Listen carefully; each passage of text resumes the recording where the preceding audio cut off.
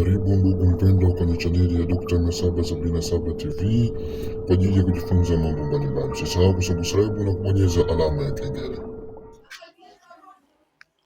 Assalamu alaikum warahmatullahi wabarakatuh.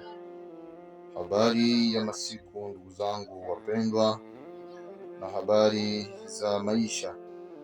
Ndugu zangu wapendwa, karibuni sana katika kipindi chetu kinachokwenda kwa kichwa cha habari ya kwamba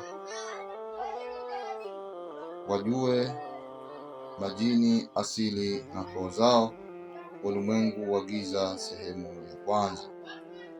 Na leo tukiwa katika somo linalosema ya kwamba asili na maana ya neno shetani, ikiwa katika mabano ya kwamba je, majini ndiyo mashetani? Kabla ya kujua majini ndio mashetani au la, kwanza tutaanza kulijua neno lenyewe, asili na maana ya neno shetani. Ndugu yangu mpendwa, kama ndo mara yako ya kwanza kujiunga ama kuangalia video hii, basi usisahau kusubscribe channel hii ili uwe ni mtu ambaye utakuwa kwanza kupata masomo haya tutakayokuwa tumeachia ya kuwajua viumbe mbalimbali ambao wapo katika ulimwengu huu, hasa majini ambao sasa hivi katika dunia imekuwa ni changamoto kubwa sana na imekuwa ni matatizo yanayowasumbua watu wengi sana. Kwa ukiwajua, basi utajua namna gani ya kuweza kujitenga nao na hata kukaa mbali nao, na hata ukikuta utajua namna gani ya kuweza kujisaidia. Pia utakuwa si mjinga tena kwa mambo haya. Ndugu yangu mpendwa, asili na maana ya neno shetani. Namba moja, asili ya neno shetani ni lugha ya Kiarabu ambao Waarabu wenyewe huita ashaitanu. Shaitanu linahusishwa na maana zifuatazo. Shaitanu lina maana hizi zifuatazo: kuasi, yani mtu ambaye ni muasi anahesabiwa kama ni shetani, yani yule ambaye amemuasi ndugu yake ama kwenye kumsaliti mwenzie katika jambo fulani, ama amemuasi Mwenyezi Mungu, ama ameasi tu jambo fulani, huyu anaitwa shetani. Mbili, kupinga, yule ambaye anayempinga Mwenyezi Mungu ama anayepinga yale mambo mazuri, huyu huitwa shetani. Pia namba tatu, kutoka mbali na haki, yani mwenye kutetea batili na zulma, mwenye kutetea unyonyaji, mwenye kuchochea ukandamizaji, mwenye kutetea mambo ya hovyo, basi huyu mtu anahesabiwa ni shetani. Pia kuchochea uovu, yule mwenye kuchochea uovu, anaitwa pia naye ni shetani.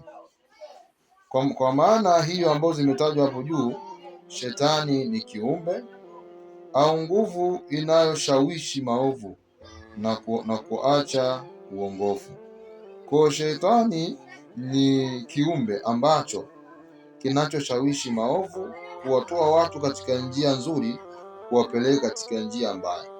Hata kama njia sio kuwatoa watu katika imani, labda inaweza kawa kuwaletea matatizo, kuwashawishi wafanye vitu vya ajabu, vitu viovu, basi kiumbe huyu atahesabiwa naye ni shetani. Kiebrania.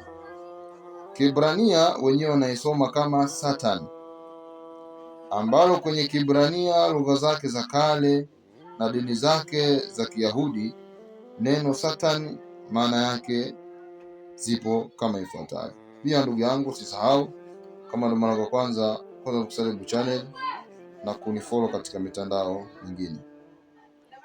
Kiebrania wanatumika kwa jina la Satan. Kwenye Kiebrania lugha zake za kale na dini zake za Kiyahudi, neno Satani maana yake ni mpinzani, mwenye kupinga, ama mpinzani maana yake mwenye kushindana. Mshitaki, yule mwenye kushitaki anaitwa pia Satani, ama adui. Ndiyo maana kwenye baadhi ya fasiri zaidi ama baadhi ya fasiri za dini hasa Uislamu, shetani huitwa adui wa mwanadamu au mshitaki.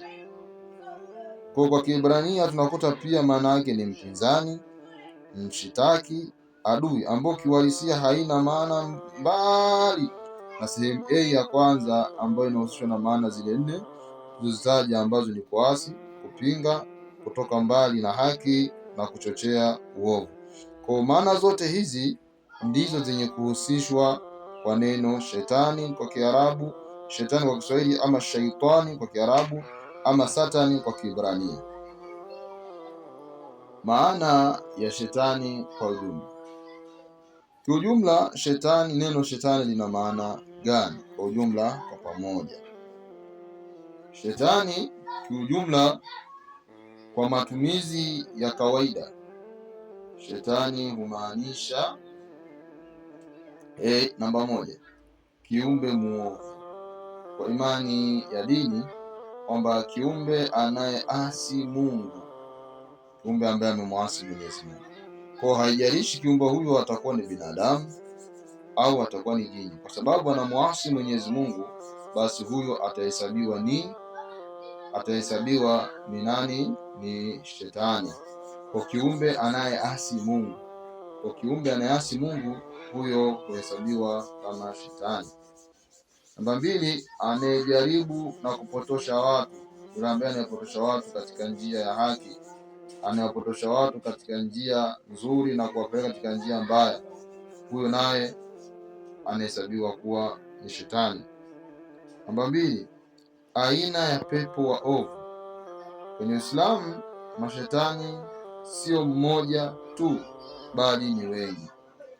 Namba 1, mashetani wa majini. Kwa hapa nakuja kuona kwamba kwa mujibu wa Uislamu tunafundishwa kwamba mashetani wapo ambao ni majini, ambao ni mashetani.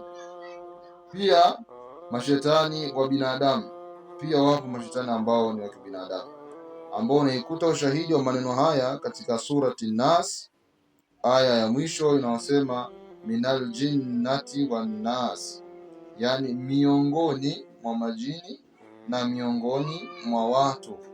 Kwa hiyo kuna watu ambao ni mashetani na kuna watu ambao sio mashetani, kwa sifa tulizozieleza nyuma hapo, na kuna majini ambao ni mashetani na kuna majini ambao sio mashetani. Mfano anasema, mfano unasema kwamba mfano wa tabia mbaya. Pia namba 3 ni mfano wa tabia mbaya, ni mfano wa tabia mbaya. Watu pia hutumia neno shetani kumaanisha mtu mwenye hila, mwenye vitimbi, muda wote anataka vurugu, mfitini, huitwa shetani. Au mwenye uovu, au mwenye kufanya maovu, pombe sana, mwenye kupiga watu, mwenye kuua watu, mwenye kufanya mambo machafu, huitwa nani? Shetani.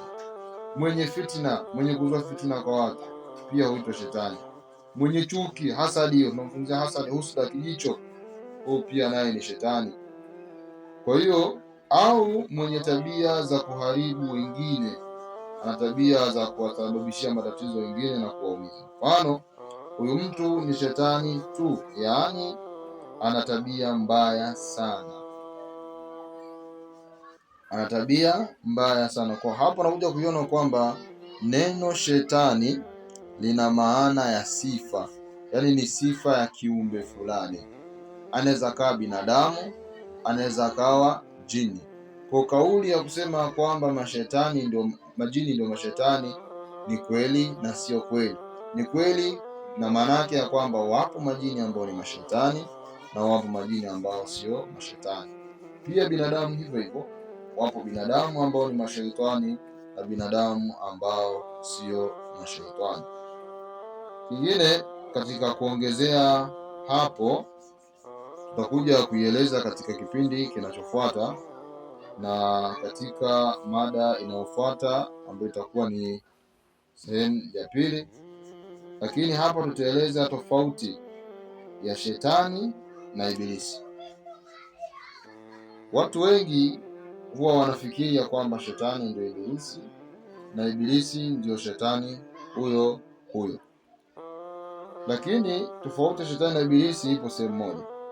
Ibilisi ndiyo yule aliyokataa kumsujudia Adamu alayhi salam baada ya Mwenyezi Mungu kumuumba Adamu na kumfanya kuwa ni kiumbe ambacho kinachosimama, ni kiumbe kamili, na akawaambia malaika kwamba wamsujudie sijida ya heshima, sijida kwa amri ya Mwenyezi Mungu, na malaika wote wakasujudu, ila Ibilisi yeye akagoma kusujudu.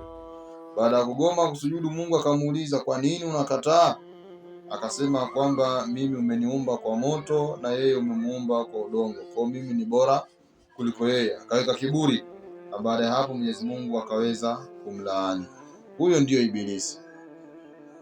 Lakini unaposema shetani, shetani ni jina la jumla kwa kila nafsi na kila kiumbe inayopotosha.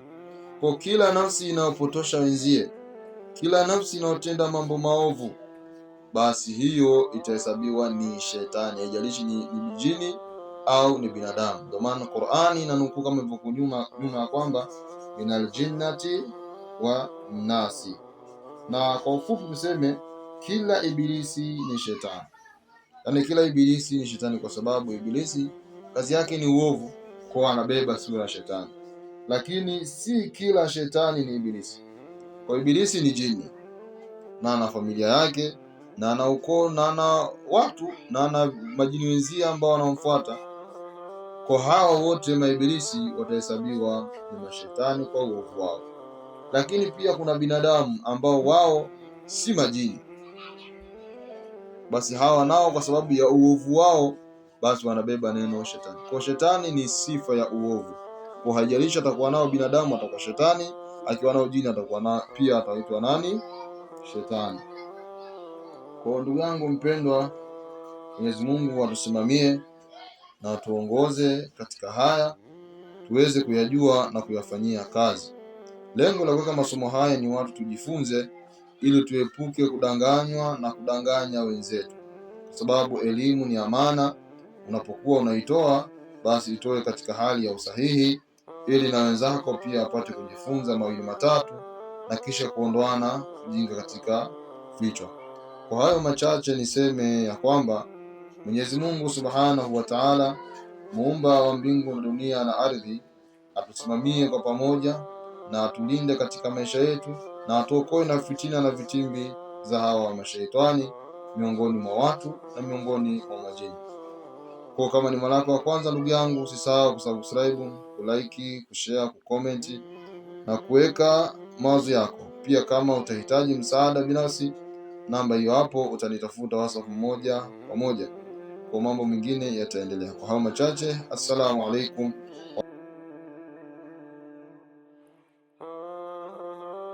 Karibu ndugu mpendwa kwenye chaneli ya Dr. Masaba 77 TV kwa ajili ya kujifunza mambo mbalimbali. Usisahau kusubscribe na kubonyeza alama ya kengele.